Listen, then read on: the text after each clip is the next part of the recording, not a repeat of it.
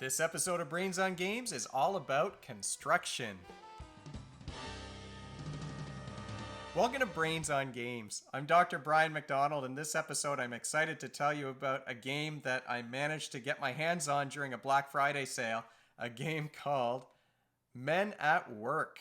This is a game for kids aged 8 and up. You can play it in about 30 minutes, and it plays with between 2 and 5 players. I can't believe I so recently talked about another dexterity game, but that's what Men at Work is all about. I do get excited about these dexterity games because they're just so fun and funny.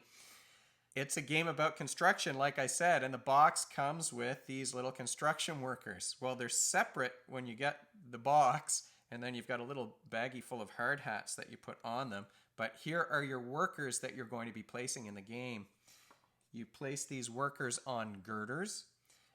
And there are different color girders like this, and they're made of wood, but these pieces are rough. If you touch them, you can feel that they've been roughened up, and that's so that it's a little bit easier to balance these characters on here without them sliding off. And I say a little bit easier, it's not a whole lot easier, honestly. What do you do when we play Men at Work? Well, let's take a look. I've set up the initial construction site here already. The idea is that the youngest player would set up this part. You've got these foundation pieces, and then there's the girders like I showed you earlier, and there's 4 different colors. You can set up these foundation pieces either horizontally like I did, or set some tipped on their side or standing straight up and down. That all depends on how difficult you want to make it for yourself and the other players. The first player gets this hook. What is this hook for? It's so that if pieces fall down underneath the building, you can pull them out with this little hook. It doubles, though, as a ruler. As the game progresses, it's important to be able to place workers or place girders on the highest point in the construction. And if there's doubt about which is highest, you've got a ruler to do some measuring. And there's the first skill. An important math skill is measurement. So those younger kids who are learning about measurement have a little ruler that they can work with in this Men at Work game. But what you're doing in this game is you're placing workers and you're placing girders on this construction. And you start by using this deck of cards. One of the things that I think is clever about it is that you're using both sides of the deck. So on your turn, you're going to flip one of these cards. The back of the top of the deck tells you which of these squares you're going to be paying attention to. The back of the top of the deck tells you which of these instructions you're going to have to follow. In this case, you've got a hard hat. That means you're going to be placing a worker, and you'll place a worker on a black girder if you can, but if there aren't any, then this is your backup color. Here's the instruction on the worker side. You've got the girder side, so if there had been a girder here, you'd do that. Otherwise, you're going to be following this one down here at the bottom. In this case, you have to place a worker with 1 brick and 1 beam. Okay, what does that mean?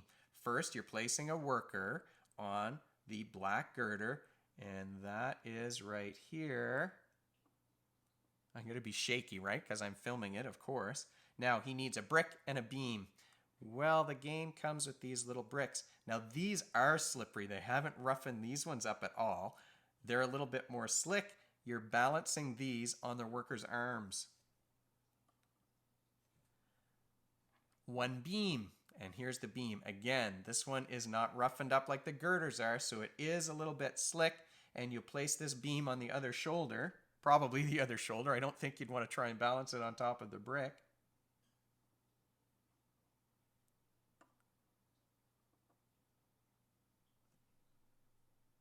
And there you go. Your worker has been placed. Now the play moves on to the next player.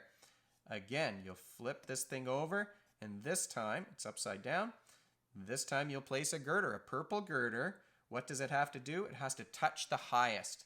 Which one is the highest? Well, you can measure it if you need to, but in this case, it looks to me like this purple one is the highest.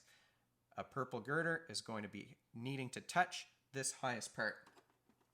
So you've got a whole box full of these girders, and you just grab one and you place it on here. It's not going to be easy, right? Because it will be unbalanced if I place it all the way on the end. One thing I should mention is that you are allowed to slide and move pieces around, but you can only do it using the piece that you're holding in your hand. You're also only allowed to place these pieces using one hand. This is such a huge dexterity. It's another visual motor game, a motor dexterity game. And you're also thinking here about balance. Maybe you'll learn a little bit about weights and levers in physics. But there you go. Now the girder is placed, play moves on to the next player, and it just continues like that for a while. Now you're placing another worker on a purple girder. This time he's got to have 2 beams. So it goes on like that until...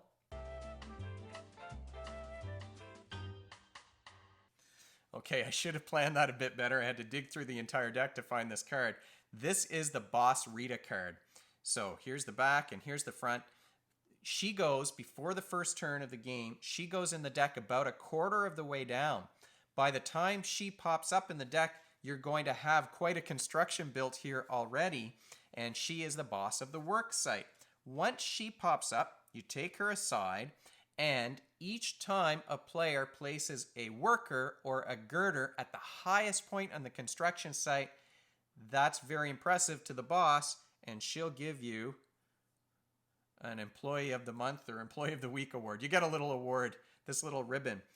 That's how you work towards the end of the game. Depending on the number of players, the first player to achieve a certain number of these awards is going to be the winner of the game. There is, though, another way that you can win this game or lose this game, and that is through these safety certificates. You start the game with 3 safety certificates. If you're an expert, though, you only start with 2. So that's the handicap maybe for the grown-ups. Each time you knock something off the work site, you lose one of your certificates. If you lose all of them, that's it. You're done. You're out of the game. And if you're the last player left with any safety certificates, you've won. You could potentially run out of workers or run out of girders. And if that were to happen, which would be very rare, I think, but if that were to happen, each of the players would add up the number of Employee of the Month awards and safety certificates that they have, and the player with the highest total would be the winner at that point. Now, these cards are great because they do have quite a variety of things that you might have to do. Sometimes you'd have 2 beams instead of a beam and a brick like I placed here. Sometimes you might have to place an extra worker. Sometimes you'd have to place a girder with a worker on it. There are lots of different options which you may be more or less excited about depending on how good you are at the game or how shaky the construction is. And that's Men at Work in a nutshell. Super quick dexterity game. You know that I love dexterity games. This one is especially fun because of the silly pieces and because it becomes so crazy as the construction builds up. You can add even I didn't mention it, but you can add, there's additional foundation pieces that you can add. So things can either spread out or you could put a foundation piece on top of a girder if you could possibly balance it that way. It also has a great box insert, so it's even fun to put away. There's a space for everything. It's all labeled. I took pictures and put them up on Instagram if you wanted to see those. And of course, as I always say at the end of these episodes, you can find me if you have questions or suggestions or you want a picture of this game. You can find me at brian@brainsongames.ca. Brainsongames.ca is the website. That's where future episodes will go, and previous episodes are up there too. Brains on Games is the Twitter handle and the Facebook page and the Instagram feed. Like I said, I've been putting unboxing pictures up on Instagram so you can see the box insert there. And if you enjoyed this video and you'd like to be notified of future ones, you can head on over to YouTube and click that subscribe button. Thanks for joining me, and hopefully I'll see you next time.